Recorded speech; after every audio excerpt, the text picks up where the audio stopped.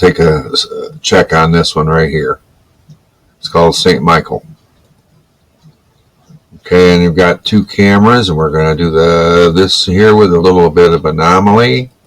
And check it out. It's been 3 days, 3 nights. Okay, some say 5, some say 4. Let's give it 4 here, I think. Okay, we're going to play it, and we're going to start with this one, and we're going to bring this down so we can watch the whole image page there. We're going to start first. We got to play it. All right. And we're just going to run through it.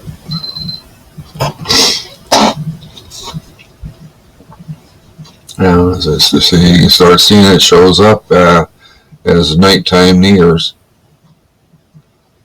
And then during the airport, there's a landing right there. Did you see that with the light in the air? We'll go through it again so you can look at where that light was. It was about right here. I'll put the marker there. Oh, gotta bring it down again. We don't know what that anomaly green is. We're going to try to find out for you. There you go. Let's go to that first. And 7th. And there it is. That's a close-up. 2500. Rather than 100. So that's what it looks like, 25 times. All right, I got a dog bark.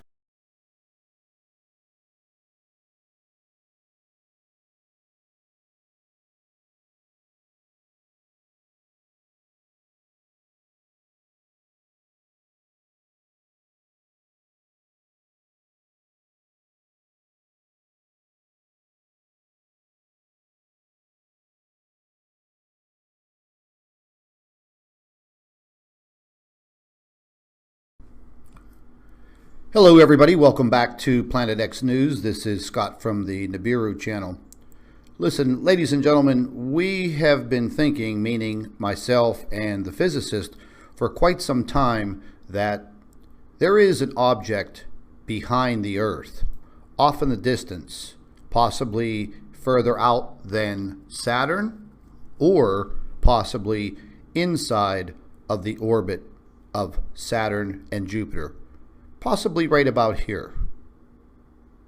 The reason why we've been thinking about this is very simple. We've been showing you for quite some time what's been happening to the magnetopause, how it's been flattening out. We've seen this for the last several days, June 20th, 21st, 22nd, 23rd. You know, we showed you all of these effects of the bow shock. Now, you know, we realize that we get a lot of energy coming from the sun, basically directly in this way. But what's happening with substellar energy coming from the backside? Where's it coming from? Flattening out the bow shock. Heavily magnetically charged particles blasting into the nighttime side of the Earth, flattening the magnetopause. Where's it coming from? Now, I've had my suspicions about Saturn. Saturn does have a pretty big magnetic field. And taking a look, if you look here at the date right here, we're on June 22nd. There's not going to be too much of a difference between a day or two. But if you see this, Saturn is directly aligned. Well, pretty close with Earth. Would Saturn's magnetic field affect our magnetopause? Maybe, maybe not. But if there was an object slightly closer, say for instance, maybe here, maybe here, maybe a little further out, behind Saturn, maybe closer, how would we find this object? Where would it be? Would it affect our planet if it had a very strong magnetic force?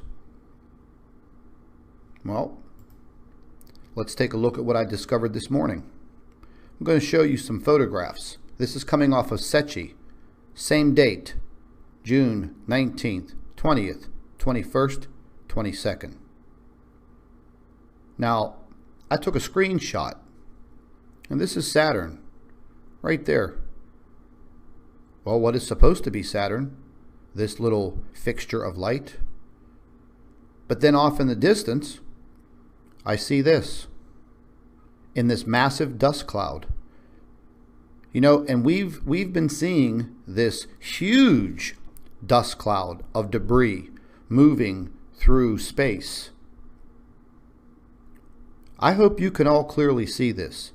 A few weeks ago, I pointed this out again in the same imaging, but back about 10 days ago.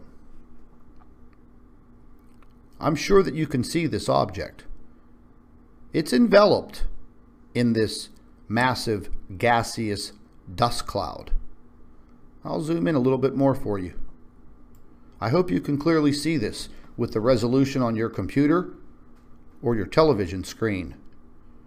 There is absolutely no way that you're going to get a perfectly circular object in space behind a dust cloud.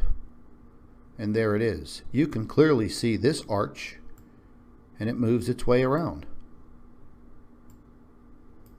What is flattening out this bow shock? You know, getting back to these photographs, we're going to take a look at the next photograph, and I converted this into black and white so we can clearly see once again. Here's your large object.